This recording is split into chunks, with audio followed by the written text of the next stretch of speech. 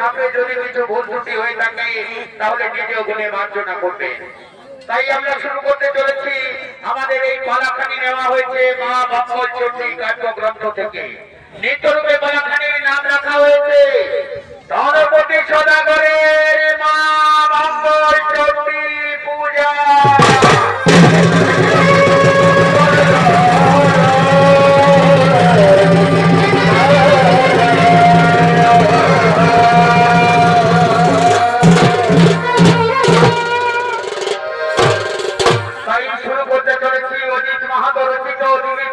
পরিচালিত হরেন মাহাতো নির্দেশিত বিনা পানি ছবিত বিকাশ কেন্দ্রের সমস্ত চৌশিল্পী দ্বারা পরিবেশিত 2026 সালের আরো সৃষ্টিকারী এক নতুন পালা ধনপতি সদাগরের মা মঙ্গল চণ্ডী পূজা।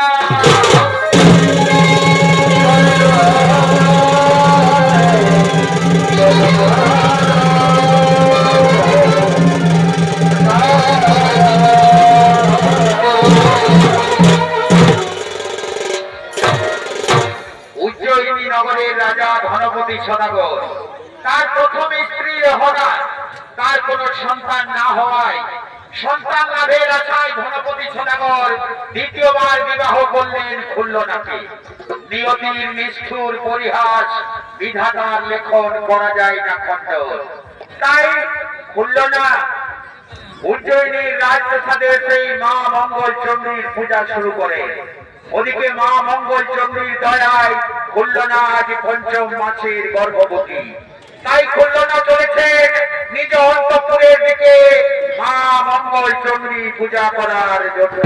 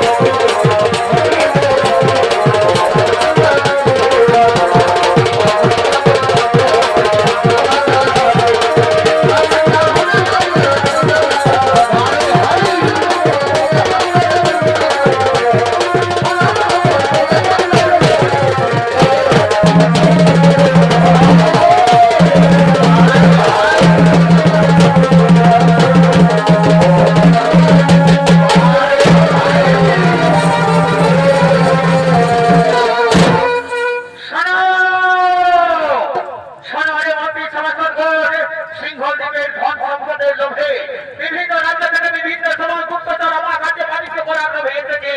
কিন্তু কিন্তু তোমরা তো জানো আমি কাউকেই আমার রাজ্য থেকে ফিরে যেতে দিইনি। আমি সকলকে হয়তো হয়তো অন্ধকার কারাগারে বন্দী করে রেখেছি, নতুবা তাদেরকে হত্যা করেছি। তাই শোনো, তোমরা তোমরা সতর্ক হয়ে আমার রাজ্যে প্রহার দেবে। আমার রাজ্যে কেউ প্রবেশ করতে না পারে, কোনো গুপ্তচর যেন প্রবেশ করতে না পারে। আমি যাবো সিংহল দেবে বাণিজ্য করার করে হয়তো আমরা সংকট হবে আমার টিকিট মধ্যে তৈরি করে দেবে। এই আমার আদেশ, এই আমার নির্দেশ। হ্যাঁ মহারাজ, আপনার আদেশ আমরা অক্ষরে করে করে গোপালন মহারাজ, আমরা আদেশ অক্ষরে অক্ষরে করি গোপালন।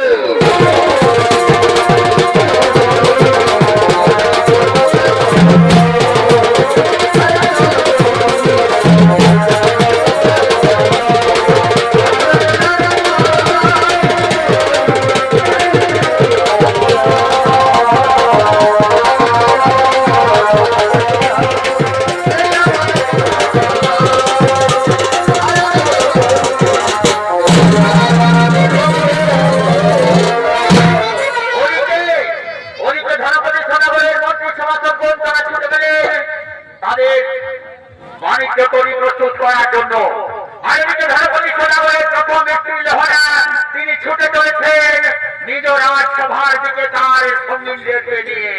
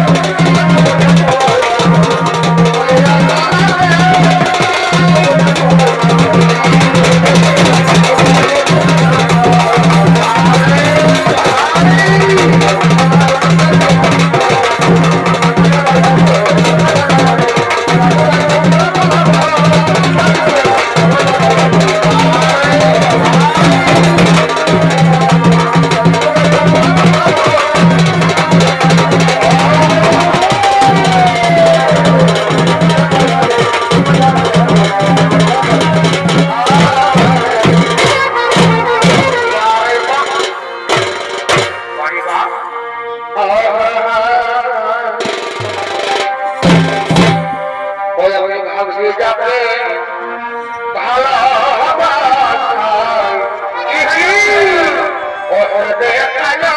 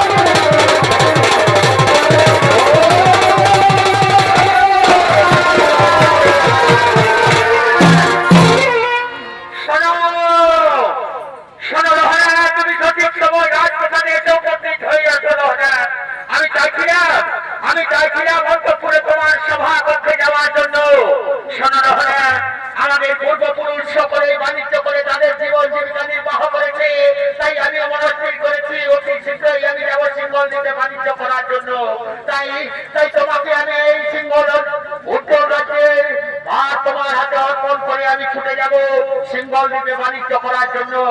অবশ্যই দেবতা আমার, অবশ্যই দেবতা আমার, তুমি চাই না, আমি চাই না তুমি মেয়ে মানুষের মতো সারা জীবন অন্তঃপুরে পড়ে থাকো, কিন্তু মা মঙ্গল চণ্ডীর দয়ায় আমাদের করল না যে পঞ্চম মাসের গর্ভবতী, তার গর্ভের সন্তান প্রসব হোক, তারপর তার মুখ দেখে তুমি যাবে সিঙ্গল দ্বীপে বাণিজ্য করার জন্য। কি আনন্দের কথা তুমি আমায় শোনালে রহনা। আজ দীর্ঘদিন যাবত যে আনন্দের কথা শোনার জন্য আমার কর্ণপর অধীর আগ্রহে অপেক্ষা করছিল, সেই আনন্দের কথা তুমি আমায় এতদিন পরে শোনালে রহনা।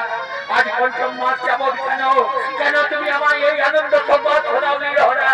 আমাকে যেতেই হবে, আমাকে যেতেই হবে রহনা। তাকে দেখো, তাকে দেখো, আমার সপ্ত ডিঙ্গা তরি প্রস্তুত হয়ে গেছে, আমাকে যেতেই হবে বাণিজ্য করার জন্য।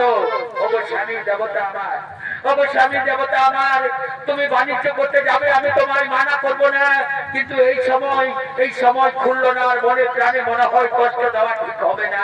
মা মঙ্গল যায় খুলনা যখন আজ গর্ভবতী, তখন এই সময় তার মনে কষ্ট দেওয়া মনে হয় ঠিক হবে না।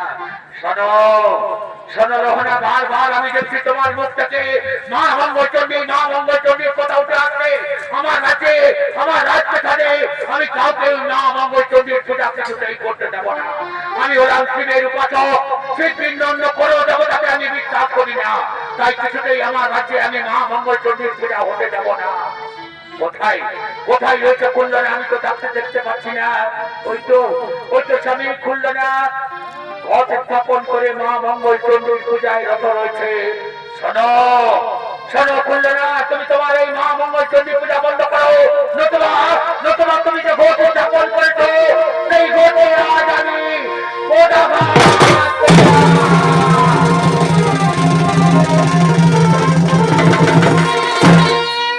তুমি কি করলে সামনে দেবতা আমার শুভ কাজে যাওয়ার মুহূর্তে তুমি এভাবে অশুভ কর্ম করলে কেন স্বামী দেবতা আমার?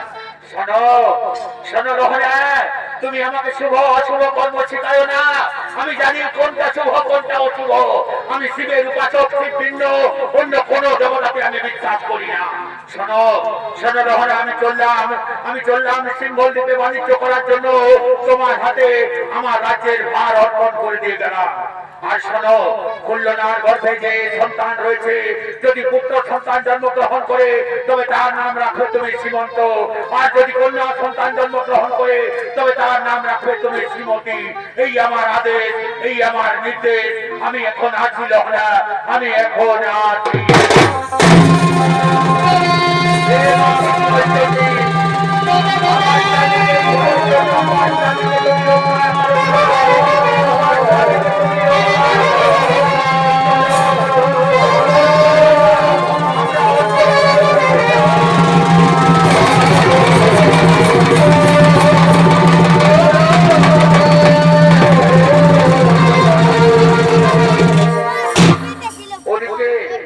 ওদিকে মা মঙ্গলচণ্ডীর ঘটে লাথি মারার জন্য ধনপতি সদাগরের সপ্ত ডিঙ্গা তরি সমুদ্রে ডুবে গেছে। ধনপতি সদাগরের ধন সম্পদ লুণ্ঠন করে ধনপতি সদাগরকে সিঙ্গল দ্বীপের রাজা অন্ধকার কারাগারে বন্দী করে রেখেছে। আর এদিকে যথা সময়ে নিয়তির নিষ্ঠুর পরিহাস, খুলনার গর্ভে জন্ম নিয়েছে ফুটফুটে এক সন্তান, যার নাম রাখা হয়েছে সীমন্ত। সীমন্ত আজকে 14 বছর পূর্ণ করে পাঠশালা থেকে সোজা রাজপ্রাসাদের দিকে করছেন আগমন।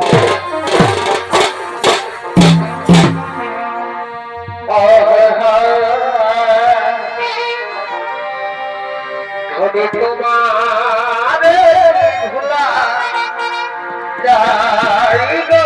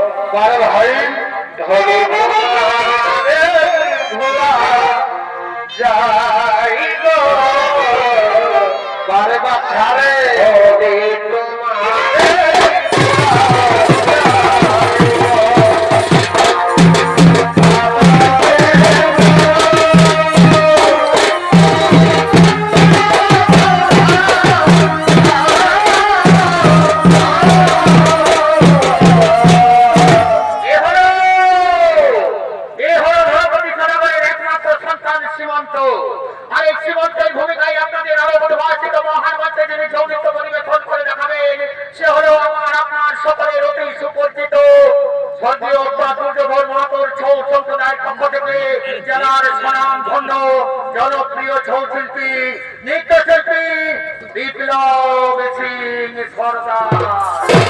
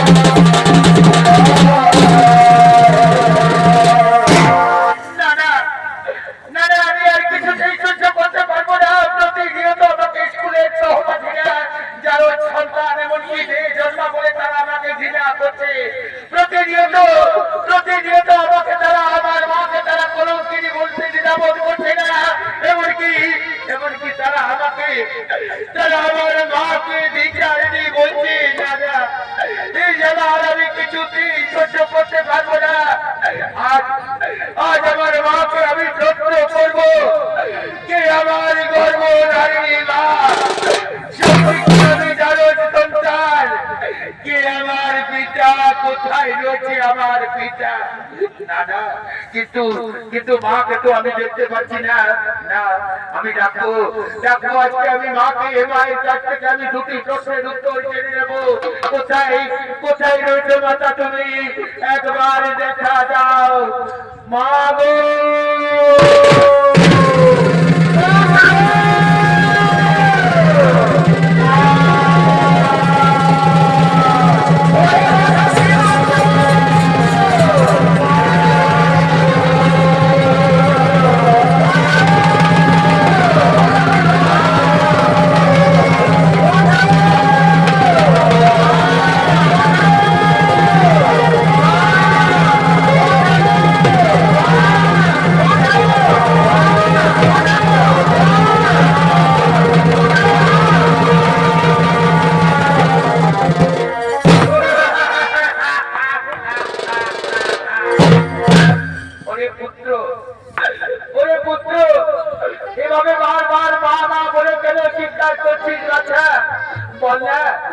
স্কুল থেকে সোজা ফিরে এসে রাজপ্রাসাদে এসেছিস, চল না বাবা অন্তঃপুরে চল। হয়তো তোর খিদে পেয়েছে, আমি তোর জন্য নানা রূপ ব্যঞ্জন তৈরি করে রেখেছি, চল অন্তঃপুরে চল। মাগো মাগো জননী আমার, আজ আমি তোমার তৈরি ব্যঞ্জন তো খাবো না মা, আমি অন্তঃপুরেও যাবো না, এমনকি আমি জল পর্যন্ত গ্রহণ করবো না মা। তুই কি বলছিস সোনা আমার? কেন কেন তুই জল পর্যন্ত গ্রহণ করবি না? মাগো মাগো, যে কথা বললে তোমার অন্তরে ব্যথা পাবে না, প্রতিনিয়ত আমি সর্বক্ষণ সেই কথা সহ্য করে যাচ্ছি না। স্কুলের সভাপতিরা আমাকে যারা সন্তান এমনকি মেয়ে জন্মা তোমাকে উপর উৎকিনি বলতে আমল করতে। ওরে পুত্র, এই কথা তুই বলতে পারলি বাচ্চা? মাগো মাগো, বলতে আমাকে বাধ্য হয়েছে মা, আমি আর কত সহ্য করবো মা? তাই তো আজ আমি তোমার কাছে দুটো প্রশ্নের উত্তর শুনতে চাই মা।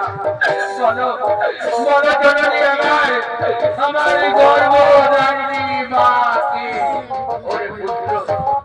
ওরে পুত্র, আমি হলাম তোর সৎ মা, না হলো তোর গর্ব ধারিণী মা।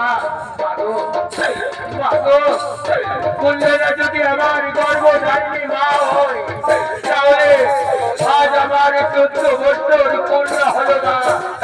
এখনো পর্যন্ত আমি আমার পিতার দর্শন পেলাম না। বলো মা জননী আমার, কে আমার পিতা, কোথায় রয়েছে আমার পিতা? ওরে পুত্র, যে দুঃখ আজ 14 বছর আমি বুকে চাপা দিয়ে রেখেছিলাম, সেই দুঃখ আজ তুই আবার আমাকে বলে করিয়ে দিলি বাচ্চা।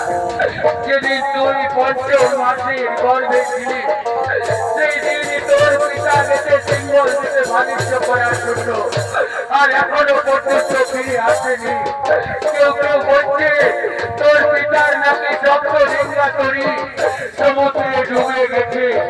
আবার ইদানিং শুনতে পাই তাকে নাকি সিঙ্গল দ্বীপের রাজা অন্ধকার কারাগারে বন্দী করে মাগো মাগো জননী আমার, এই কথা তুমি আগে বলোনি কেন মা?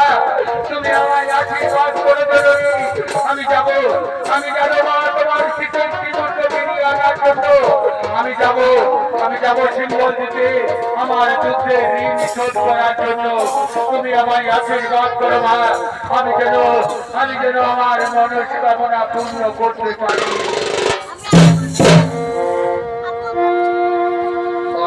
তোমার মনে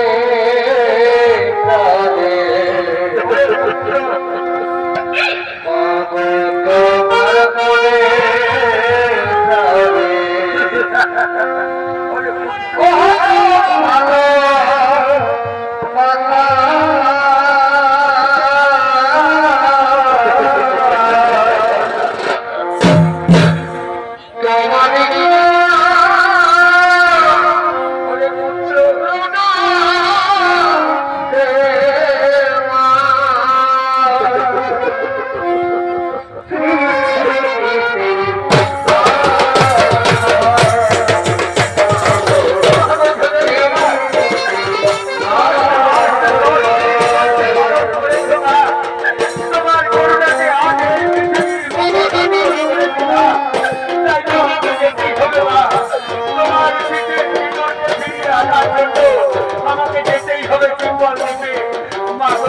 বাবা, তুমি তোমার চোখের জল মুছে ফেলো না, তুমি তোমার চোখের জল মুছে ফেলো।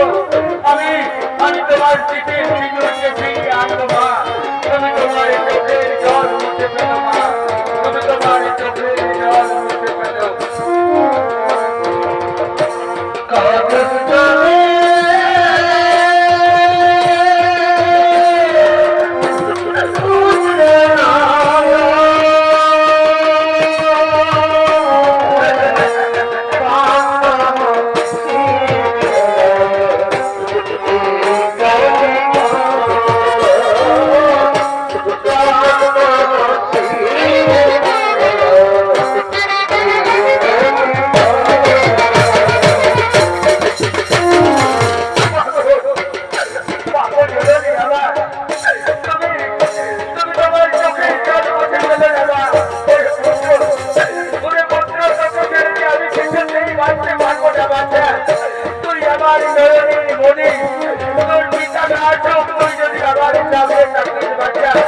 আমি যত দুঃখ করে যাবো বাচ্চা, আমি যত দুঃখ করে যাবো।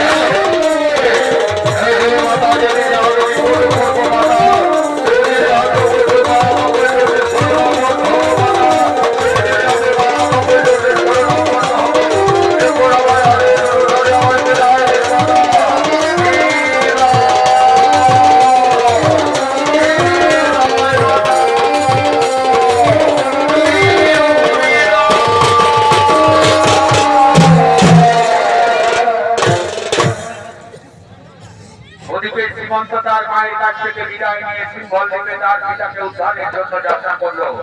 আর ওদিকে সিংহল দ্বীপে রাজা শালিবান তার মন্ত্রী সেনাপতি সৈন্য সামন্তদের নিয়ে নিজ রাজপ্রাসাদের দিকে করছেন আগমন।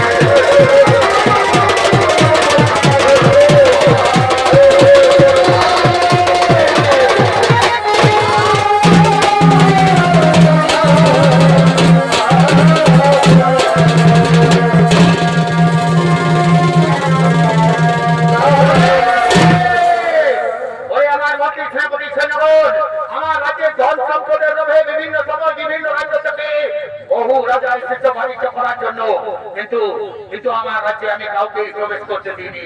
সকলের ধন সম্পদ লুণ্ঠন করে আমি আমার রাজ্যের ধন সম্পদ বানিয়েছি, এমনকি তাদেরকে হত্যা করেছি, কাউকে অন্ধকার কারাগারে বন্দি করে রেখেছি। তাই শোনো, তোমরা সতর্ক হয়ে আমার রাজ্যে প্রহরা দেবে, কেউ যেন কোনো মতেই আমার রাজ্যে প্রবেশ করতে না পারে। হ্যাঁ মহারাজ,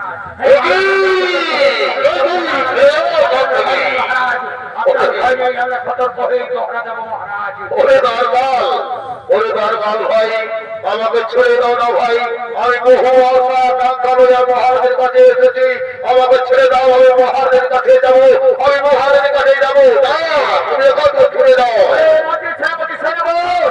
আমার রাজপ্রসাদের বাইরে কিসের এত চিৎকার চেঁচামেচি? অতি শীঘ্র তোমরা দেখেছো কোনো বিপদের সংকেত রয়েছে? যাও তাড়াতাড়ি তোমরা দেখেছো আমার রাজপ্রসাদের বাইরে কিসের এত চিৎকার চেঁচামেচি? ঠিক আছে মহারাজ, আমরা এক্ষুনি দেখে আসছি মহারাজ, আমরা এক্ষুনি দেখে আসছি।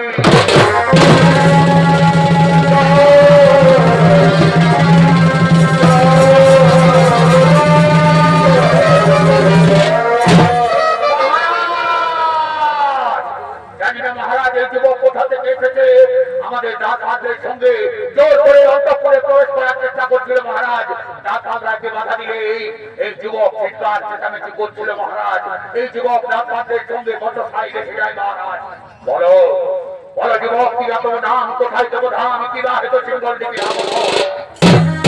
মহারাজ?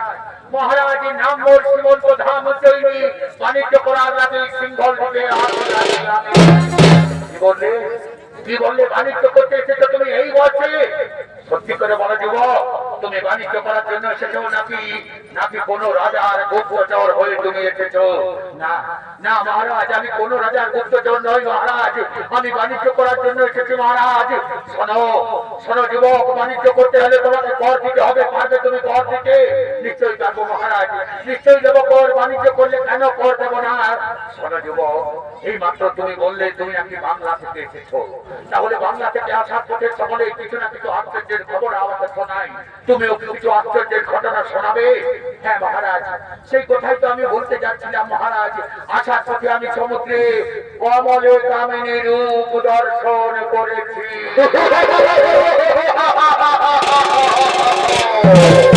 আসলে আসলে যুবক, জানি তুমি ভুরি ভুরি মিথ্যা কথা বলছো।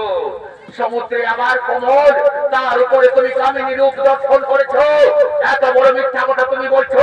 পাবে পাবে তুমি আমাকে দেখাতে কমলে কামিনী রূপ?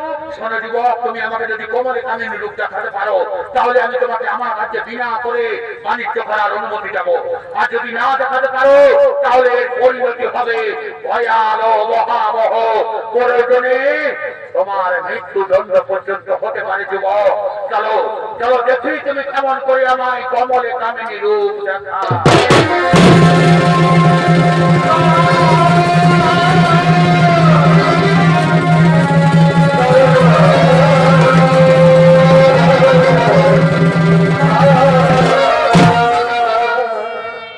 জানি জানি যুবক, তুমি ঘুরি ঘুরি আমায় মিথ্যা কথা বলেছো, তাই তো আমি তোমাকে বলছি তুমি একটাও সত্য কথা বলোনি।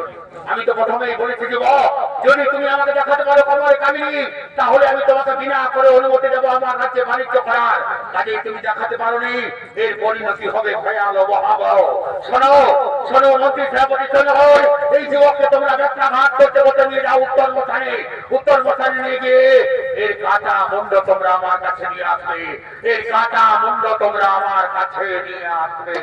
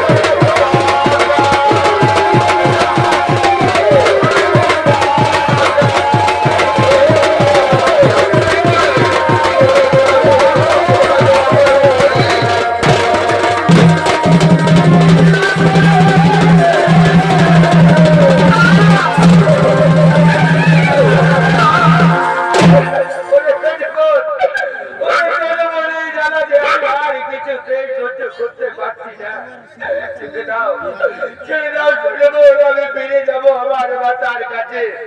ছেড়ে দাও, ছেড়ে দেবো। মহারাজের আগে তোমার মাতা মূল্য আমাদেরকে নিয়ে যেতে হবে। ছেড়ে দেবো তোমাকে।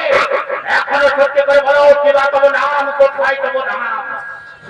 বললাম তো শুনে বল, নামর সীমন্ত রাম চৈরি, বাণিজ্য করার লাগে সিঙ্গল দ্বীপে আছি আমি।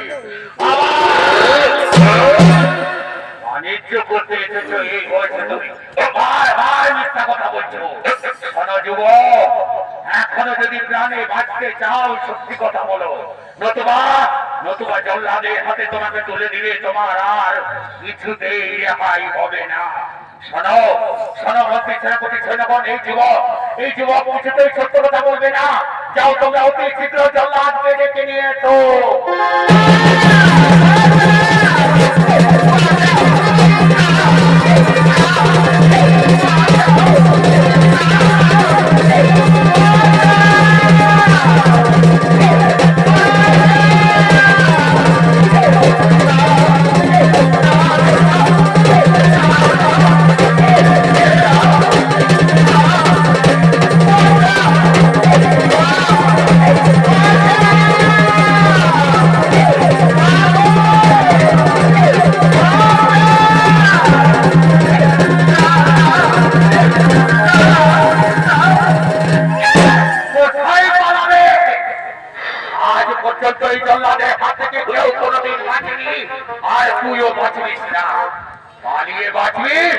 মহারাজের নির্দেশ আমাকে পালন করতে হবে।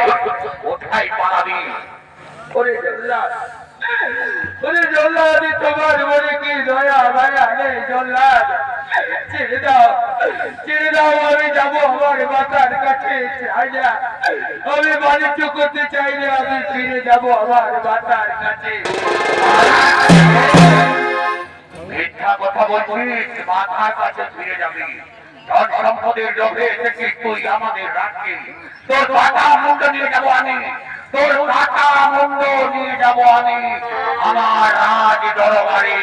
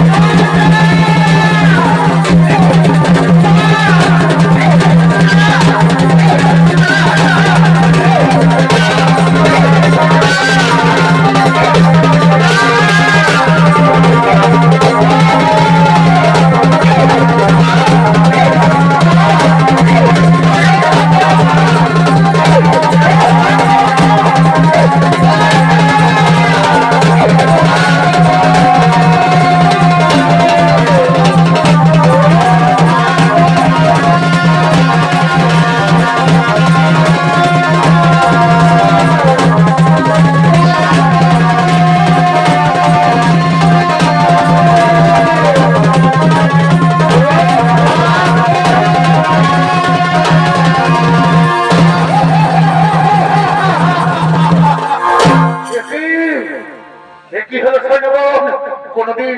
কোনদিন যেভাবে হয়নি আমার শরীর থেকে সমস্ত শক্তি কেমন যেন ক্ষীণ হয়ে আসছে। আমার হাতের থেকে কোনদিন খড়গ পড়ে পড়েনি। আমি বহু মানুষ হত্যা করেছি, কিন্তু কেন আজকে আমার হাতের থেকে খড়গ পড়ে গেল? এই যে দাঁড়িয়ে রয়েছে এই বুড়ি কি যেন বিড়বিড় করে মন্ত্র উচ্চারণ করছে, আর আমার শরীরের সমস্ত শক্তি দুর্বল হয়ে আসছে। কেউ যেন আমাকে কোনো অলৌকিক শক্তি যেন আমাকে বারবার আঘাত করছে। যাও তোমরা মহারাজকে ডেকে নিয়েছো। আমি এই যুবককে আমি কিছুতেই হত্যা করতে পারবো না। এই যুবককে আমি কিছুতেই হত্যা করতে পারবো না।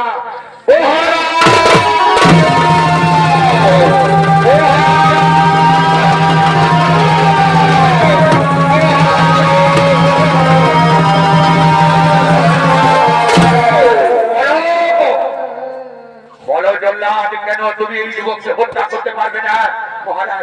মহারাজ আমাদের শরীরে শক্তি কোনো নেই মহারাজ, সমস্ত শক্তি দুর্বল হয়ে এসেছে। এই যে সামনে দাঁড়িয়ে রয়েছে এই বুড়িকে যেন বিড়বিড় করে মন্ত্র উচ্চারণ করছে, আর কোন অলৌকিক শক্তি বারবার আমাকে আঘাত করছে মহারাজ, আর আমার শরীরের সমস্ত শক্তি দুর্বল হয়ে আসছে। শোনো জল্লাদ, তুমি আজ পর্যন্ত আমার কথা আর কোনদিন খেলাপ করোনি। আজকে তুমি যখন বলছো, তখন এই বুড়িকে আমি জানতে চাই। এই বুড়ি কিবা তোর পরিচয় সত্যি করে বল, তোমার তত আমরা তুলে দেবো এই হাড়ি কাটে। শোনো এই বুড়িকেও তোমরা তুলে দাও হাড়ি কাটে।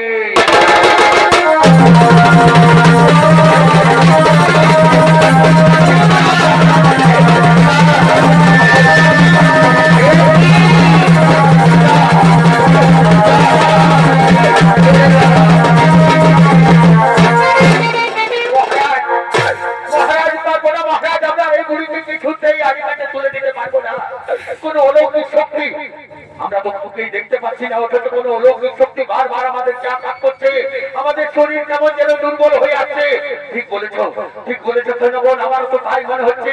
আমাকে কোনো অলৌকিক শক্তি বারবার আঘাত করছে। আমারও তো ঠিক তাই মনে হচ্ছে সৈন্যগণ। বলো বলি, সত্যি করে বলো, কিবা তোমার পরিচয়? শোনো রাজা শালিবান, তুমি এই যুবককে ছেড়ে দাও। এই যুবক যা বলেছে সত্য বলেছে, সত্য বই মিথ্যা বলেনি। না বলি, ওই যুবক আমাকে কমলে কামিনী রূপ দর্শন করাতে পারেনি।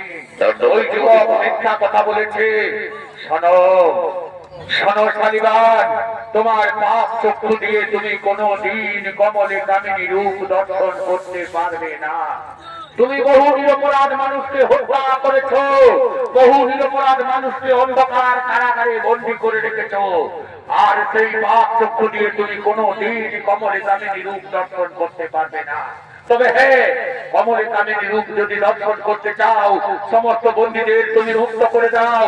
সেই বন্দীদের মধ্যে রয়েছে এই যুবকের পিতা। তাদের আজ পিতা পুত্রে মিলন করিয়ে দাও। পিতা পুত্রের হাত ধরে তুমি অবশ্যই কমলে কামিনী রূপ দর্শন করবে। আমি তোমায় নিশ্চয় কমলে কামিনী রূপ দর্শন করাবে গুরু। তুমি আমায় কমলে কামিনী রূপ যাও সেনাপতিগণ, অন্ধকার কারাগারের সমস্ত বন্দীদের মুক্ত করে দাও। আর এই যুবককে আমি আজ মুক্ত করে দিলাম। এই যুবকের পিতাকে তোমরা নিয়ে আসবে, তাকেও আজ আমি পিতা পুত্রের মিলন করিয়ে দেব। যাও অতি শীঘ্র এই যুবকের পিতাকে তোমরা নিয়ে এসো।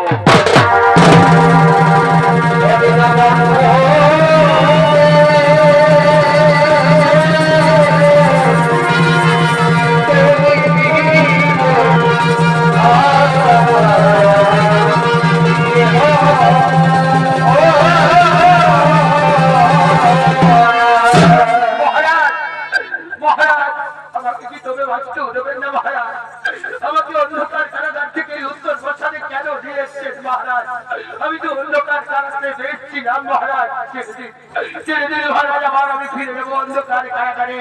শোনো শোনো বন্ধু, আজকে তোমার অতি আনন্দের দিন। আজকে যেমন তোমার আনন্দের দিন, আমারও সেই রূপ আনন্দের দিন। দেখতে পাচ্ছ এই যে সামনে দাঁড়িয়ে রয়েছে এই যুবক, এই যুবক হলো তোমার পুত্র সীমন্ত। উজ্জয়িনীর থেকে এসেছে তোমাকে নিয়ে যাওয়ার জন্য। তোমাদের দুজনের হাত ধরে আজ আমি কমলে কামিনী রূপ দর্শন করব। কি বললে, কি বললে রাজা? কমলে কামিনী মনে পড়েছে, মনে পড়েছে। আসার সময় আমিও কমলে কামিনী রূপ দর্শন করেছিলাম, কিন্তু সেই সময় আমি ভ্রমে মত্ত ছিলাম। তাই তো আসার সময় আমি মা মঙ্গলচন্দ্রীর গোটে কথাঘাত করেছিলাম। তার ভুলে আজ আমাকে এই সাক্ষী পেতে হচ্ছে। শোনো শোনো শোনো বোন, এর শৃঙ্খল তোমরা মুক্ত করে দাও। আজ আমি পিতা পুত্রের মিলন করিয়ে দেব। এর শৃঙ্খল তোমরা মুক্ত করে দাও। পিতা পুত্রের মিলন করিয়ে দেব। এসেছিস সোনা আমার, আই আমার হৃদয় বক্ষে আয়।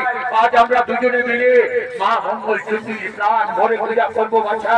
আই আমার বুকে আয়, আই আমার বুকে আয়।